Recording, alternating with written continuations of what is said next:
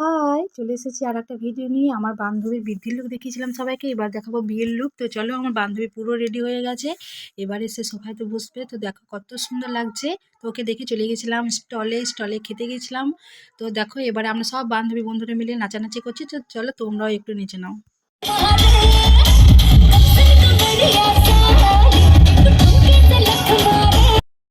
তারপর নাচানাচি করে চলে গেলাম খেতে। দিয়ে দিয়েছিল ভেজিটেবিল সস, স্যালাড, তারপরে চলে এসেছিলো ডাল মাখনি, মাটন কিমা, নানটা আমি স্কিপ করে গেছি। তারপরে দিয়েছিল কমলা রাইস, চিকেন, পমফ্রেট মাছ, যেটা আমি একদম পছন্দ করি না পমফ্রেট মাছ খেতে। তারপর তো দিয়ে দিয়েছিল চাটনি পাঁপড় সাথে খেয়ে কম্বিনেশনটা এত ভালো লাগে, মানে সত্যি বলার মতো না। তারপরে সন্দেশ দিয়েছিল, রাজভোগ দিয়েছিল।